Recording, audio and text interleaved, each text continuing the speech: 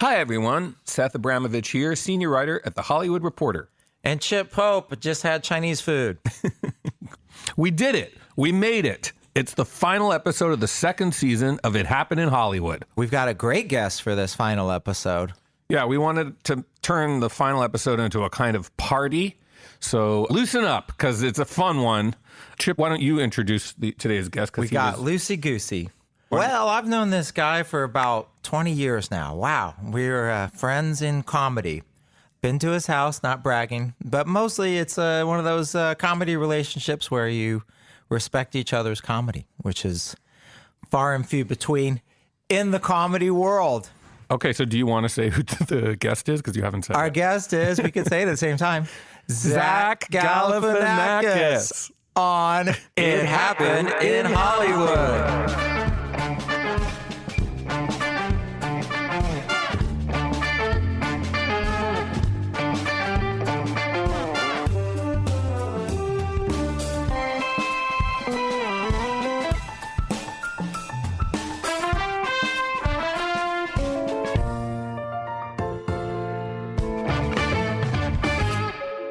Okay, so this is it, the finale party. And as we mentioned before, Zach Galifianakis, probably one of the most hilarious people on the planet.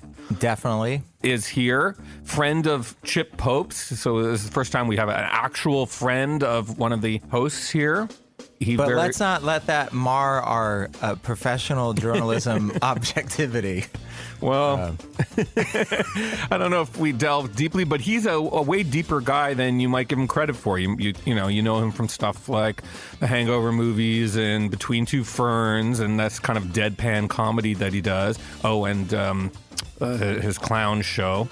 Oh, yes, Baskets, of course. Which the is brilliant hilarious. Baskets. So funny, so good. Which started a renaissance of Louis Anderson, who I've been a fan of since I was a kid. Yes. Love Louis Anderson. So if you've never seen it, check it out. It's on FX on Hulu.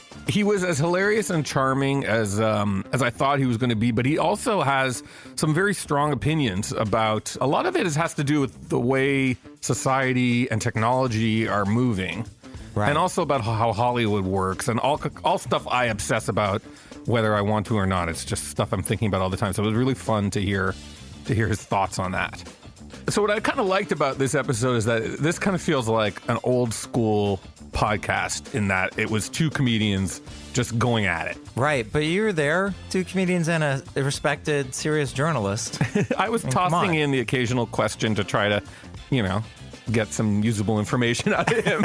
But right, because we were ostensibly supposed to talk about The Hangover. Yeah, because that's what we do. We got our show. there we eventually. Focus on one thing. This is we kind of raid on Chong this one. Yes, but it was worth it because Zach is so funny and so smart.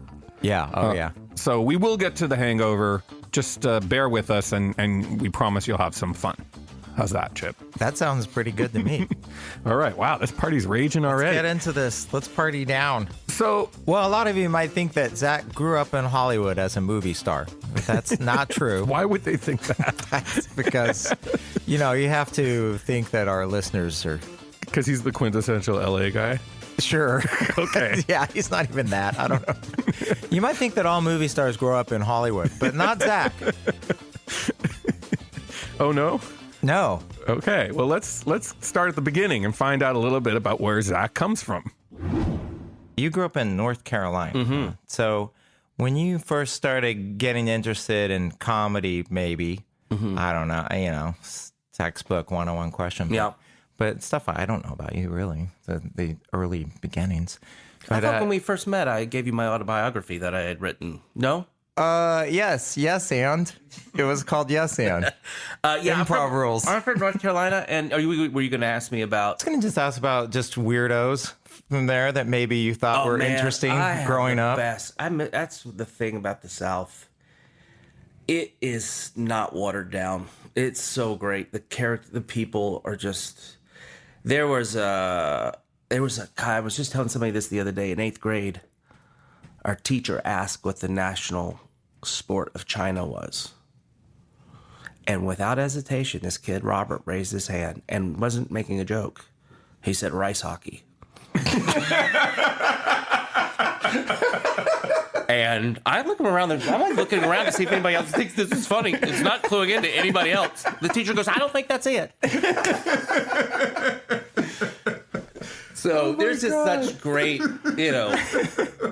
I do love the South for that reason. I did the characters. I mean, I grew up with really great, just great characters. I mean, you're from Texas, right? Yes. Yeah, you know those southern types. We have those weirdos. Yeah. Is that where Seth comes from? Well, Seth was a character I did in high school for African American kids, and that character was a thing that I guess looking back on it, when you're doing it, you're just trying to make people laugh, and I think there was a conscious effort to make fun of racism where I was, because it's everywhere, and so that character Seth was a character that the black kids in my high school knew about.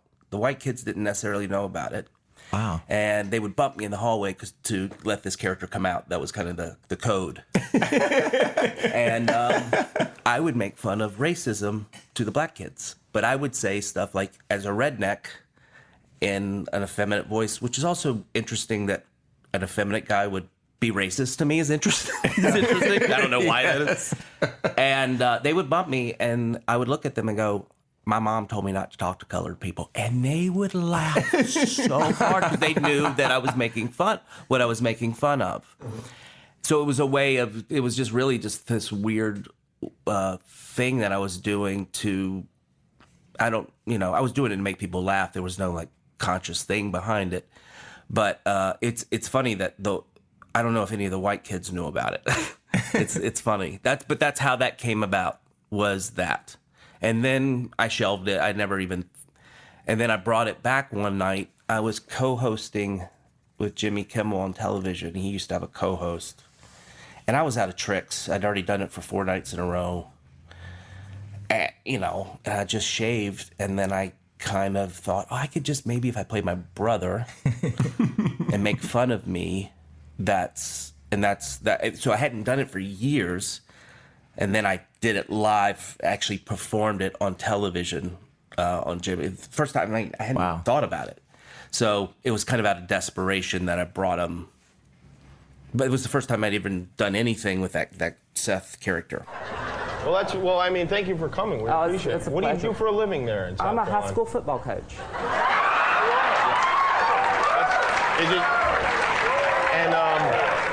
So you're the head coach of the team? Head coach of we're called the Flaming Arrows. And is the team good? Is it a good team? We're 6. Well, last year we were 6-7. But hopefully we're going to improve. Yeah, of course. And this is your first time on television, right? First time on television. I like television a lot. I've seen it. Well, sure, yeah. I love CBS and. Yeah. Well, this is ABC that we're on. Oh, hey, this is ABC. Yeah. I like George Lopez's show. He's you do? funny. He is very funny. George Lopez. It's like a family show. Yeah, I like family stuff. Oh, you do? Just to clear up any confusion, if you're not familiar with Seth, it has nothing to do with me. It has to do with this twin brother that he has, who for no real explained reason is a Southern effeminate belle. And then he did pretty much a version of that for that movie, The Campaign, with Will Ferrell. Right. That was basically just Seth Galifianakis and Will Ferrell. And he also Great plays that you it could do that for a whole movie. on Baskets. He also plays. Doesn't his Oh, right, his brother. Yes, of course. So he brings Seth back a lot. Chip. But, That's weird, right? His name's Chip. Seth and Chip. Oh my God, I never thought of that till right now. Hold on. That's crazy. But he didn't know me before, so. Black Mirror. All right. Anyway, so like a lot of comedians, he grew up wanting to make his family laugh, and he came from a family that had a funny streak. Yeah, I was really fascinated to learn about his family growing up, because it was a very unusual blending of two very different cultures in the Deep South. Humor has always been a thing in my family. It's held very high in the way we communicate. So it's always, as a kid, it just was always around. My family's just always pretty flippant, Right. if you will. My dad told me he always wanted to be in the entertainment business. He told me that as a kid. My dad, had gas stations and and my mom worked at a community center for the arts. But humor just was a thing. My parents, they definitely nurtured it. That's for sure. They nurtured it. Who did they introduce you to? Well, my dad growing up was Benny Hill. Oh my gosh. But MASH. Okay. All in the Family was huge. Red Fox in my family was huge. Mm-hmm. But as far as like Hollywood and what they were offering, but my influences weren't there. My influences were from my family more than and people I grew up with. Doing imitations of people. Doing imitations. Also, my cousins are really funny. They're really, really funny people. And my brother and sister are. So I just knew from an early age that was something that was of interest to me. And I was the quiet one. I just watched my older cousins make the adults laugh. And I was very influenced by that. Ah, okay. Your family was half Greek, half what? Yeah, it's a weird mix. It's half Greek and half Appalachian, which is now that I'm 50, you have kids and you start to reflect where you come from, blah, blah, blah. And that's a weird, bizarre mix now that I think about. I was just talking to my sister about it. We were in Greece together a few weeks ago, and it's a very oil and water type of, not that everybody got along, it wasn't that. It just culturally was to extremes, which is one of the great things about this country is that it's great, but looking back, it's the Greeks and then the Scotch Irish from the mountains of North Carolina they're different. Not to judge a whole culture, but there's Greeks are very, very warm, very, very warm people, and drinking is big in the Greek society. Scotch Irish side is It's a little drinking. Not big. Yeah, so it's an interesting mix. I think as a child it was actually kind of confusing, but there was love on both sides, which is great. I'm very fortunate that way. I don't come from that family like a lot of comics come from, of turmoil and all that. There was a lot of love From both parents. Okay. Well, that's good. That's inspiring. But boring. Sometimes, nah, not really. I mean, You want me to say something like my dad used to take off his belt Yes. and say, "Not turn around and spank our fronts." boy, We did get spanked. you gonna get dick whipped. Weird. So there you have an unusual but happy childhood. Yes. And I love that friction between the oil and water of the two cultures. And it is interesting. Some comics have that nice childhood, like Seinfeld, where they don't understand why everyone has such a sad childhood. And they're just like, can't it just be I'm offering entertainment to people? Why does it have to be sad? And I've heard him say that before. That's a good Seinfeld, but Zach's comedy seems to come from a more not angry, but Well, he definitely can snap for humor effect, but I see him more as lighthearted and surreal. Personally. yeah, I guess so. But definitely he does snap when he gets upset with the audience and thinks they're a bunch of idiots. It's always fun to watch. Okay, so let's just lay a little pipe between his life there. All right, so Zach has this kind of interesting upbringing, and he's getting laughs by doing impressions of his family and whatnot. And so he decides to move to the big city and become an actor. So yeah, I moved to New York, moved up with my cousin, Dean, and we were driving over the George Washington Bridge in a U-Haul. And I'll never forget, he said to me, "We just locked ourselves into the world's largest prison." I was like, that's not my attitude coming to bed. As the days went by, I had no money. I don't know how to escape this prison. So I'll just never forget, because if you look at New York, if you don't have any money and you go into that situation, it kind of has this prison-esque, if that's a word, feeling when you're going over the George Washington Bridge, because it's being from the South and from a small town, you don't know what that is. Right, what are you getting into? I have no idea what I was doing. But yeah, so I moved there in 92, I think. Yeah, 92. Oh, wow. And so did you do clubs at first, or you tried No, to I get didn't do open anything. mics, I or- went to acting classes at first when I first got to New York. I tried to be an actor.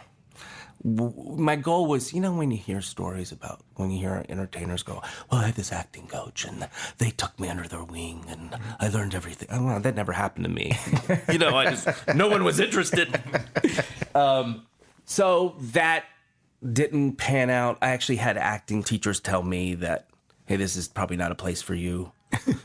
Acting class? What? I thought you guys let anybody in here. But this one acting coach, she goes, this is not a place for you to come do your skits. That's what she told me. Oh, boy. Because and looking back, I don't remember what I was doing, but I was probably trying to be funny. And at 20-something, you either are really funny because you have figured it out, or you're trying to figure it out still. So that didn't take off. And then I met a woman from Texas, Lisa Delirios. Yeah. Who you know. Mm-hmm. And she had moved to New York to become a stand-up. And we became friends. And I started going to comedy clubs by myself. But she told me I should look into stand-up. It was something I entertained because I just wanted to figure out how to get in the door. Mm-hmm. Again, no knowledge of anything. I was a PA in New York for a long time to try to figure out what does it mean to act in front of the camera. Like, what is it?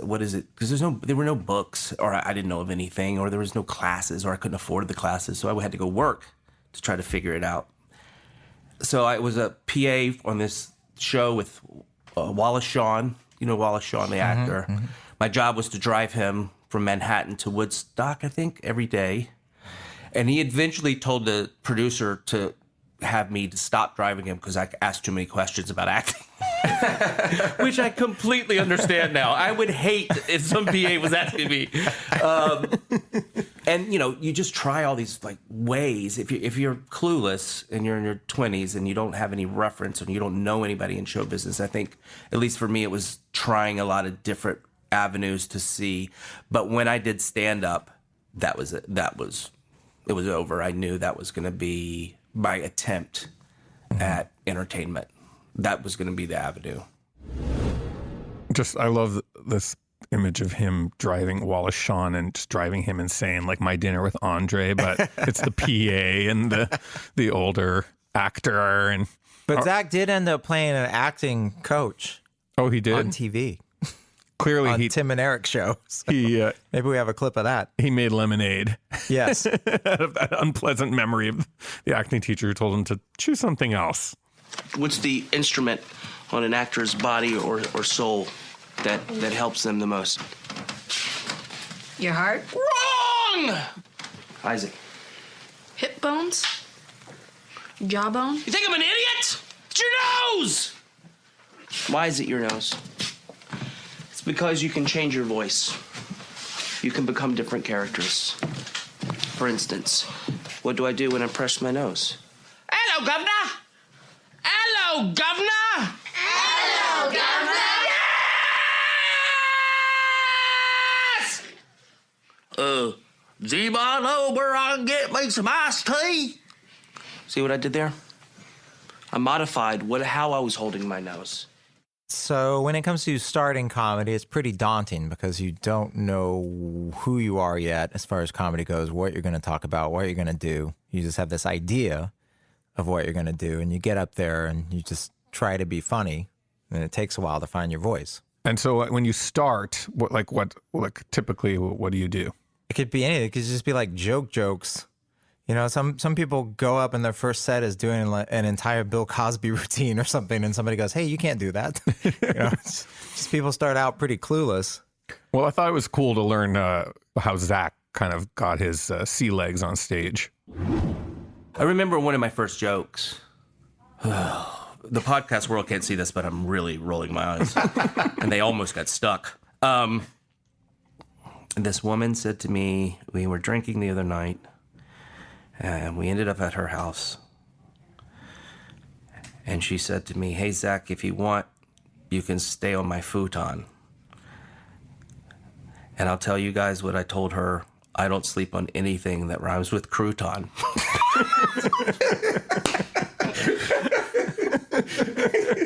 Which I don't even know what that is. It's not even it's not a joke. It's a rhyme. Yeah. It's just a rhyme. That's all it is.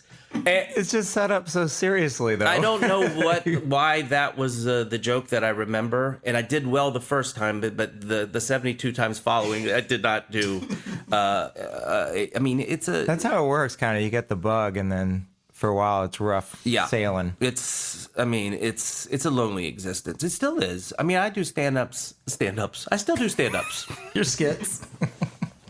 My goof abouts. I sometimes the drive home is lonely because it wasn't the set that you should have or maybe could have had. Right. Yeah, my problem sometimes with stand-up is just going, I can just pull this out of my ass, and then, just not preparing as much as I should. That's usually the times when I feel like, I could have done better if I would just... But at this point, like, yes, I have jokes that I've written aside, but I wish I would not refer to them. Mm-hmm. I feel like now, in other words, if you went into a living room and you had to hold court, you would know how to do that, probably. Mm-hmm. I have not yet found the looseness of like, I'm not going to do any of I'm going to make it up as I go out there. I've always wanted to do that. You've never done that? I feel like you've... Do you feel like my whole act is that? Well, I always have my jokes. Make it and look like... yeah, I'm always all over the map. I'm like, that's all real. Like, I don't know what I'm doing. But as far as like referring to that list, I wish I wouldn't refer to the list. I wish I could just, be overly entertaining like I am now on this podcast.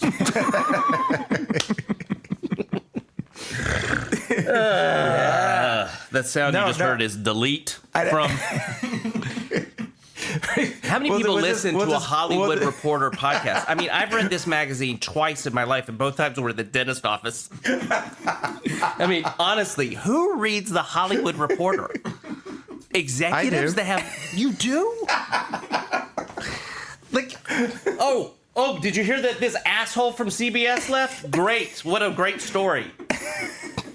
A Prexy ankle? It's not about the business. These executives shouldn't get any attention. Look, I want to know about when someone goes from being super, super extremely rich to even more extremely rich. I think that's interesting. Oh, right. Yeah, you're talking about Tell me when about someone how they makes a wealthy rich deal. I don't know. Yeah. Oh, good. The money's going to this guy. Executive headshots. I love the idea that somebody who runs CBS is forced to sit in a room with a photographer. Okay, look pretty for me, baby. Yeah, I know. Yeah, like I wonder who takes the executive headshots. I don't know any people do you know executive types? No. I don't know. I mean, I know them. I've worked with them, but I don't.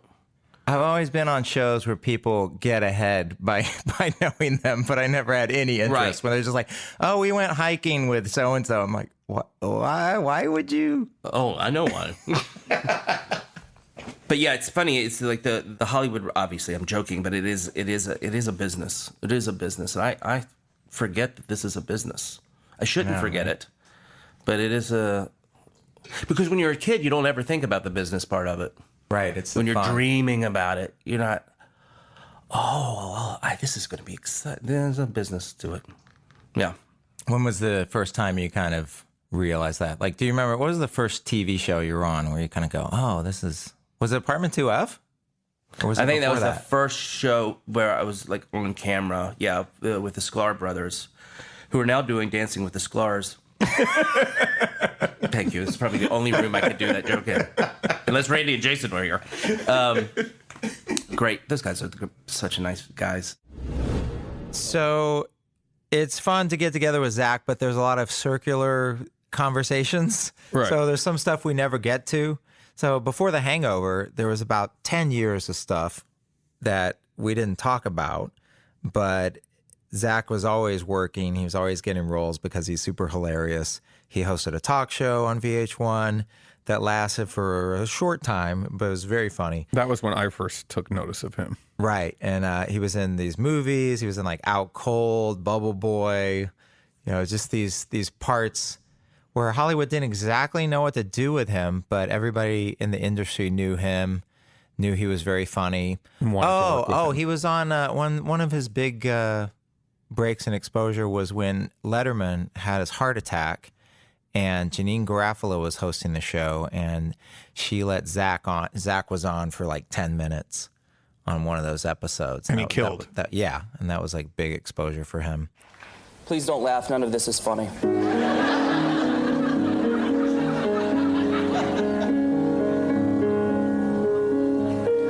I live in LA, and that's short for Los Angeles.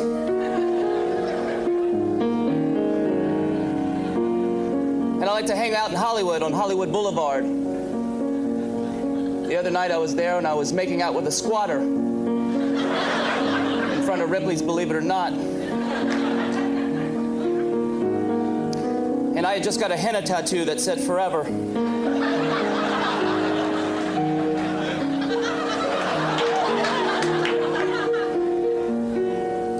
And I'd been drinking that night. And by the way, you know you have a drinking problem when the bartender knows your name and you've never been to that bar before.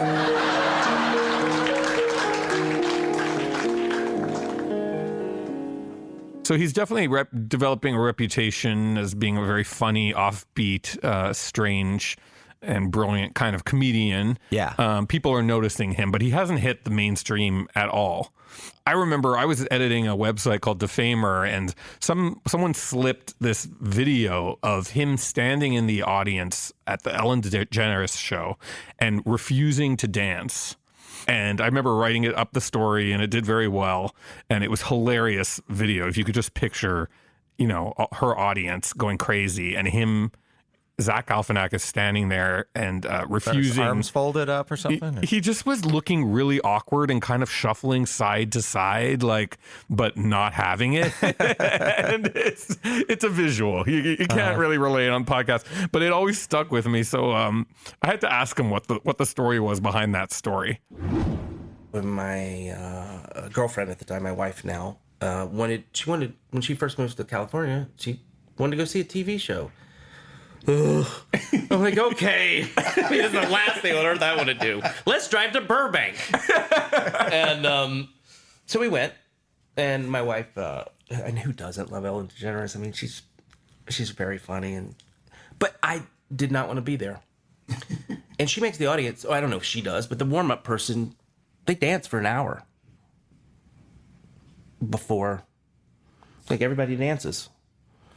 Because they're so excited. You're so excited to see this person. And so everybody's, damn, this is how Nazism formed. And I was just kind of miffed. And I was looking around and I was just trying to make sense of it. That's all I was trying to do, is make sense of it. And then my friend Karen Kilgariff later told me that Ellen did not like the fact that I was not known at all. I mean, I was just a dumb. Yeah, it was pre-Hangover. And so there's I don't know if it's still on, but there was a video of it online. I didn't know I was being filmed, so you can watch it. It was hilarious. Yeah, it's funny if you know the story behind it. So, were you really annoyed, or were you kind of doing a character? Well, I didn't know I was being filmed. Okay, that's just me being me. They filmed the whole thing. Yeah. Why would the audience be filmed? It doesn't make any sense. And then, it was just this weird thing. And then I have always, I mean, I don't know Ellen DeGeneres, but if I ever met her, I would like to, I don't know, not apologize, but I mean, I haven't been on the show since. Wow. Since I was an audience member. But boy, they dance. Boy, they dance. So she didn't have you. I thought the story goes that she had someone remove you from the audience or force you to. No, what happened was somebody came up to me and said, "Hey, Ellen sees you're not dancing, and she wants you to leave." And then my friend, I had several friends work there. My friends were like, "No, we know him. We know him. He doesn't know how to dance." Yeah, I knew some of the writers at that point, I guess, because Fitzsimmons? Yeah, I knew a couple of the people there. And I don't know if Greg was working there at the time, but it was just this weird thing. Everybody's so enthusiastic and dancing, and then you see this little short, bearded guy trying to figure it out. It was not anything but just me trying to... I'd never been to a talk show where there was so much movement from the audience. I could have used that in a lot of talk shows that I've done. I could have used that energy because that was really, I don't know who the warm-up person was, but they were great, throwing out T-shirts and candy and dancing, and it's kind of anti-comedy though. So there he is. He's making friends on the Ellen Show. And he's doing these roles, doing parts in, he had a Comedy Central show that was on for a while with some Upright Citizens Brigade people and just some little parts here and there in movies, a dramatic role in Into the Wild. Then, as happens with every major star, the phone call comes that changes their life forever. And that phone call came from Todd Phillips. Todd, I think, was just watching stand-ups do stand-up and had been circling me to audition for it. And I was in Canada at the time, and I had to fly down to audition, which, was a financial thing. And, I've never been good in auditioning, ever. Very bad. The first laugh I ever got in this town, after being on 100 auditions, was for a drama. They were laughing at me. And there were 17 people in the room. And I stopped. And I go, "What are you laughing at?" And that they couldn't believe I asked that. They were like, well, just go keep going. They were so... And I felt a real us versus them back then. I'm from the South. You people are private school Hollywood types. Fuck you. And I was mad. I was angry. And I left. But that was the first laugh I ever got at an audition. For like a dramatic series? It was to play a fighter pilot. And I had to sit in this chair and pretend that I was in battle. No wonder they were laughing. I would have laughed my ass off if I had seen me back then. Oh, God, I'm sure it was terrible. I probably was going, pew, pew, pew. But if it was for an airplane movie, it would have been perfect. Yes, if it would have been a comedy, I would have been fine. Yeah.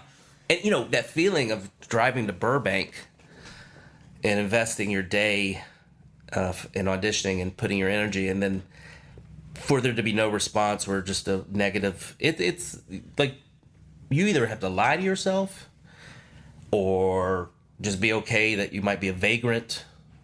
I mean, it's a weird. This town is weird. It's weird. I don't know why people look up to it so much. Just skipping back here for a little bit, because ostensibly our podcast is about the one big thing, the big cultural event in Hollywood history. So you come to audition, bad at auditions. Mm-hmm. What's it like to audition for The Hangover for Todd Phillips? What was that? Well, I think at that point I probably had stopped caring to, I think once you figure out, just because you did not cause anyone to get excited about you being in the room auditioning doesn't mean that you're not good. There's a lot of things have to come together what they want specifically. So once I realized that I didn't care as much anymore, I mean, the good thing is that stand-up was there for me. I could make a living, here and there as a stand-up. So I had a lot of freedom going into that audition because I just didn't. And Todd, I think, gracefully was laughing during the audition, and that always helps. I didn't think much of it. Even when we got the job, we did the table read. It's an exciting job because you have a job. But during the middle of that movie, I was at dinner with Ed Helms and Justin Bartha and Bradley. And Bradley Cooper. And I said to them, "Hey, have you guys ever been in anything good?" Because I was like, I think this one's gonna be a good one, like a hillbilly.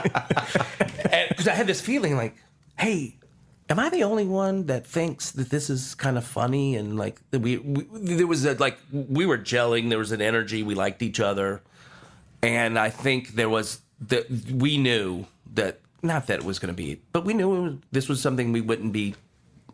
My whole thing is, as long as it's not too embarrassing, a movie.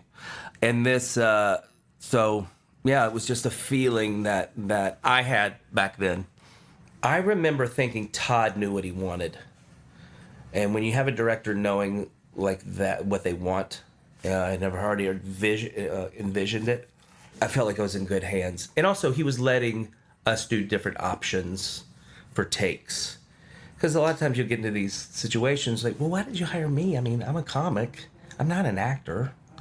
I mean, I will help you write some of these things. That if you use them, don't use them. But I'm not like an actor. I'm not a trained actor.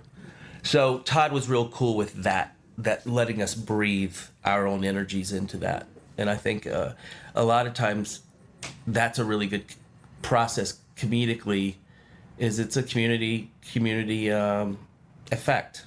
I mean, I've been in writers' rooms that I'm kind of in charge of, but if there are 3 writers that are telling me like that's not a good joke, fine, I bow out. I mean, it should be a democracy, a little bit of this, because you're trying to appeal to an audience. So the process on the first Hangover was really, really special, really great time. So he brings up something interesting in that last part, and Chip, you'll probably be able to enlighten a bit about it, but it's this delineation between actors and comedians. Comedians who act, actors who can be funny. Right. Like, I really do think that there is a difference. Or maybe I'm wrong. Maybe there is no difference and you either are an actor or not. But I do think there is a difference. Yeah, well, definitely. So anyway, the movie, for the 2 people out there that didn't see it, it's about these guys that go on a bachelor's weekend in Las Vegas, and they take ecstasy and forget everything, and they lose the bachelor. They lose the bachelor, and the next day they have to piece together what happened. And Mike Tyson's there, and a tiger's wandering around, and somehow they get everything hold in of a the baby. movie. Yeah, everything in the movie has been canceled, basically. Mike Tyson in the past 10 years. Exotic pets. Exotic pets. Mike, no. Adoption. You got Mike Tyson. They throw on the F word in this movie a lot, I remember. Right, and not fuck. It might not have aged as well as some of the greatest comedies of all time, but it still is a beloved comedy, and it was wildly, wildly popular. It made the upshot. $800 billion and birthed 2 sequels. Long story short, Zach auditions, gets the part, and the rest is history, obviously. Just explain his character, though, because his character was something special. Alan was his character, I think. He lives with his mother, and he's very sincere and kind of not just the funny part of the movie, but also the heart. And I think he names the group the Wolf Pack. Yes. It's been a long time since I've seen this movie. Hey guys, you ready to let the dogs out? What? Do what? Let the dogs out. Like, who let the dogs out? Who? Who brought this guy along? Yes, Alan, we are ready to let the dogs out. Hey, congrats. Nothing. Hey, there's Skittles in there! Don't let the beard fool you. He's a child. It's funny because he's fat.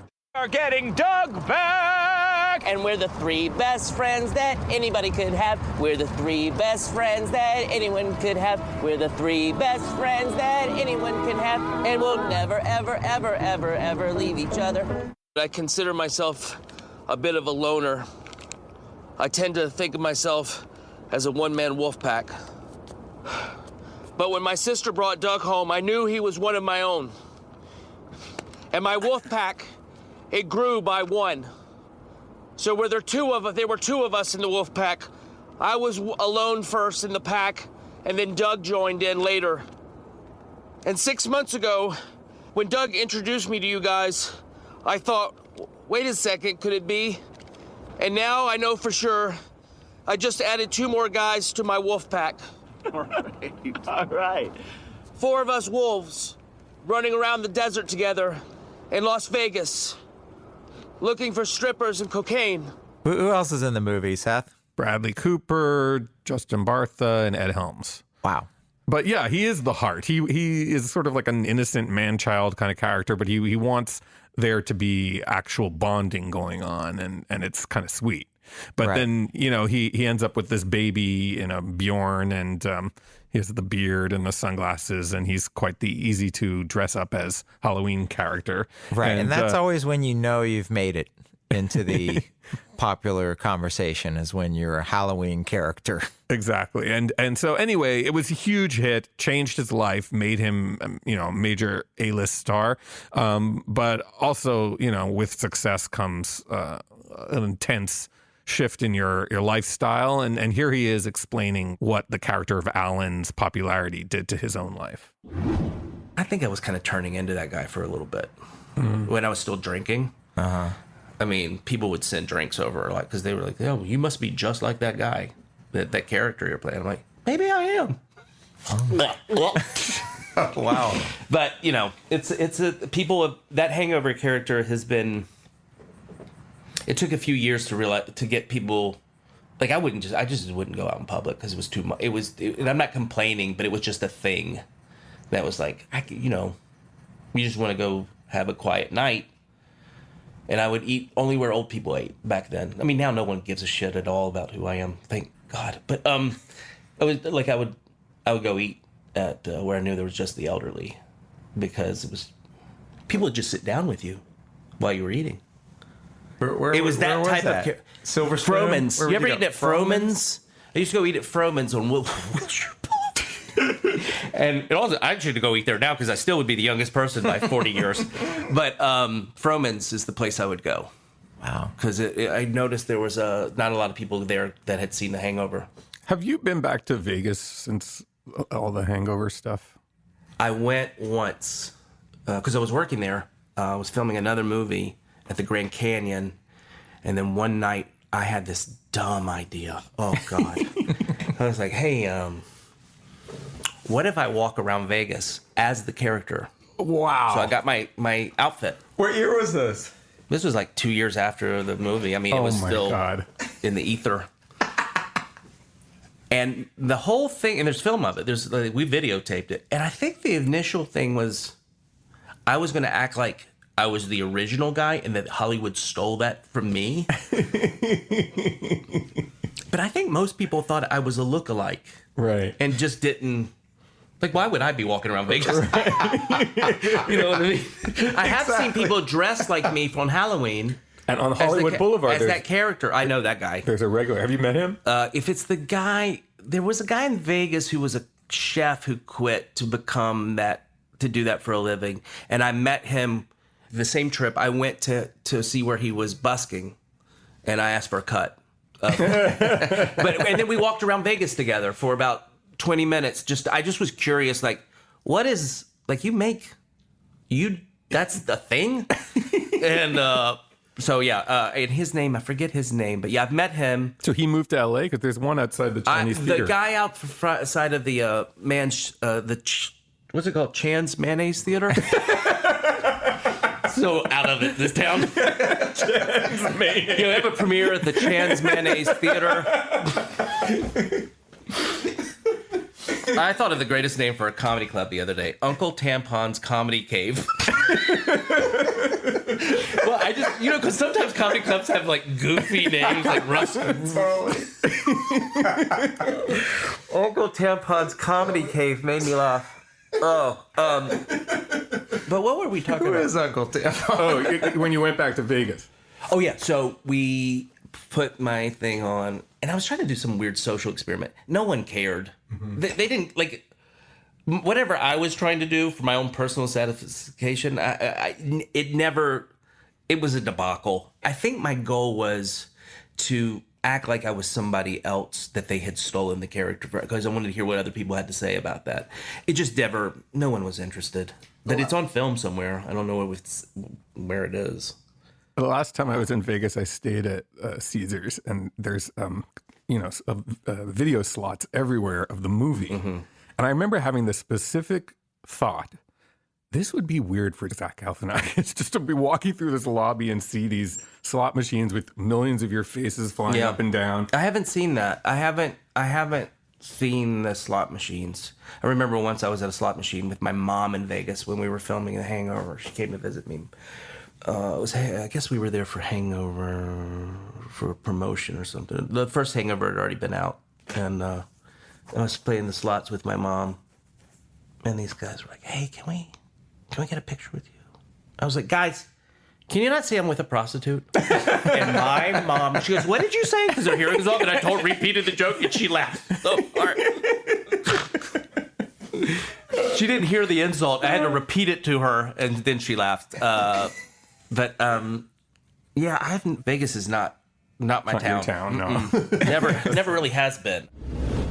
Can I just say, Seth, that I love that you were thinking about what Zach Galifianakis, whom at that point you had never met.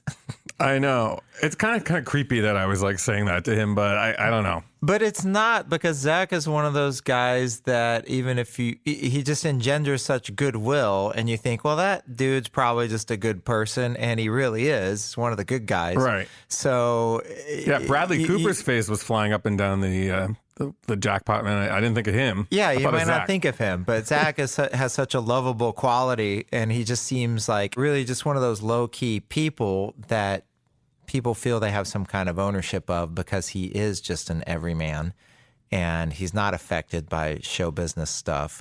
He's not one of those people that'd be like, well, I think maybe they wanted me for that part because maybe I won a Tony Award or something. You know, he's not ever going to say something like that. Yeah, he's not playing the Hollywood game, and is very authentically, just doing his own thing, and people are coming to him because he's so talented, which is, I think, very, very rare, but really great, and great to have a front row seat of that. Yeah, and he doesn't do a lot of podcasts, so we were lucky to get him, and he doesn't really have a lot of interest in social media at all, or the current state of affairs regarding social media. But he has a lot of thoughts about that. He's consciously anti, I think you could say, when it comes to a lot of the way things are marketed and promoted and influenced and whatever else the hell is taking over the world these days in the digital age. But it's interesting to hear his own thoughts on it. And a lot of his jabs sort of came through the lens of the Hollywood Reporter, which I guess,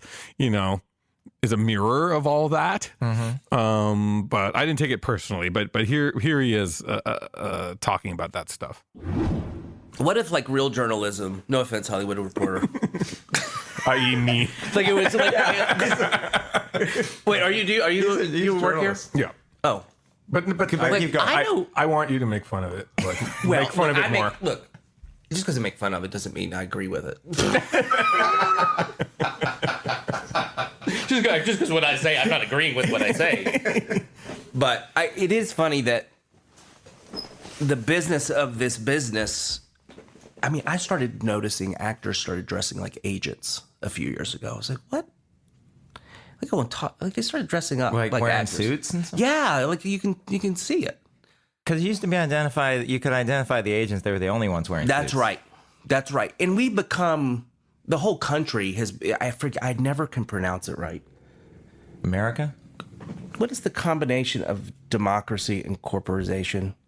Corporatocracy? Is that the word? Plutocracy? No, it's when we are so inundated with business talk. Like, now I hear actors talk about their brand. I'm like, you're a human. Mm. That's Wall Street talk. Someone told you that you're a brand, and now you think you're a brand. Like, it's ridiculous. The way we are now in the art world is so corporate. It's become, like, the business has taken over the creative. Oh, totally. The marketing of movies is given much more thought than the creating of movies, I've noticed of late. Not much more thought, but it's over the years I've noticed, like, marketing is, the onus on that is much more important than making something good. Right. Can I see the poster of what you're pitching? Yeah. So I have noticed that, like, the artists are getting influenced by that realm, and it does bother me. I went to speak to an acting class. My friend Craig taught acting at Long Beach, and he asked me if I would come speak to his acting class. I was like, me? I mean, okay, I will, but I mean, I don't know what to tell them. But they were like, what is your brand, Zach? I'm like, It's one of the kids asked? yes. Oh, wow. Oh, yeah. Yeah. Do you hear that term, brand, among your... Yeah, just, like, people are crazy. they say it to make them seem more important. And also this idea of thought leaders. Right. It's Disruptors. Yeah. oh, disruptors, what's influencers? No, you're an advertiser. You are an advertiser. And all you got to do is look up what Bill Hicks had to say about advertising. You ever seen that? Oh, yeah. Yeah, well, he's from your neck of the If you're woods. in advertising, kill yourself. Yeah. Not a joke. Not a joke. I don't know. I'm doing him like Jeff Foxworthy. By the way, if anyone here is in advertising or marketing, kill yourself. Thank you. Thanks. Just a little thought. I'm just trying to plant seeds. I think it'll come back around that it's shameful. Yeah. Again, like it will. Just these things come, they change over time. I mean, even a few years ago, you can't even imagine. Like, there's almost a pride. Look, I've sold out. We all, you know, you sell it, like you try to do a thing for an entity because it gets you excited. But, you know, I was just a stand-up telling diarrhea jokes. At Happy cafes life. in UCLA. I was completely happy. But then you get new things. Then like, oh yeah, I'd like to go do that. And so, but it's a weird atmosphere. The young people that have to navigate it with social media and stuff. I don't know how they do that. Where there's no cutoff between their life and their entertainment life. And I've heard of actors that tweet their whole move, and something's missing to me from their life when they have to do that. How much attention do you need? Actors who tweet all day, or what? I'm just saying in general, like I've heard of people that are basically, and studios expect you to have a reality show now about your life. Like, and the lack of artists saying, hey, no, I don't do that is, I'm surprised that more people are not guarding their privacy and their artistic side more than they are. Do you get a lot of heat from Hollywood for not being more out there on social media? No, nobody cares about me and social. No, but you are asked to tweet for absolutely not. Absolutely. Are you even on That's Twitter? awesome. I'm on it because someone else will say they're you if you're not on it. I see. So the first time my MySpace, what was it called? MySpace? Yeah, MySpace Oh, MySpace. came around. I joined it because I think for young comics or entertainers, it's really good to advertise shows, and that's about the extent of it, I think. But there was a guy in Alaska claiming he was me to try to meet ladies. And that was my point. Was like, you might want to try somebody else's profile that you want to kidnap, because using mine is not going to work. Take it for someone that's tried. So that was social media, and then that's my first interaction with social media was false. And I just thought it was a really weird way for human beings to go, and that's why I never went on board with it.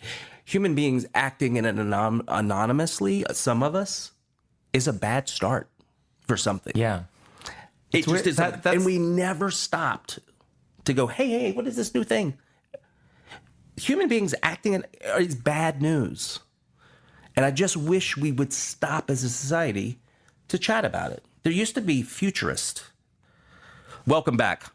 There used to be futurists that worked for the government that would predict these social changes and shifts. And then I think what happened, I would assume all those people went and worked for businesses to predict, to make money.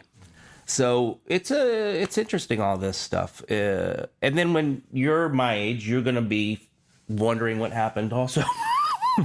Right. I mean, it's generational, some of this stuff to me. I mean, are you guys online a lot? Are you? I'm pretty active on Twitter. Yeah. To me, that I just don't. And I also don't think America is Twitter. I just don't think Twitter is a good reflection of what really is going on. Never have. So this chat, noisy is a waste of time to me. Nothing of not your time, but I think as a society, we're really, and it's why we're fighting with each other too. It just is. There's just no way about it. You can't convince me otherwise.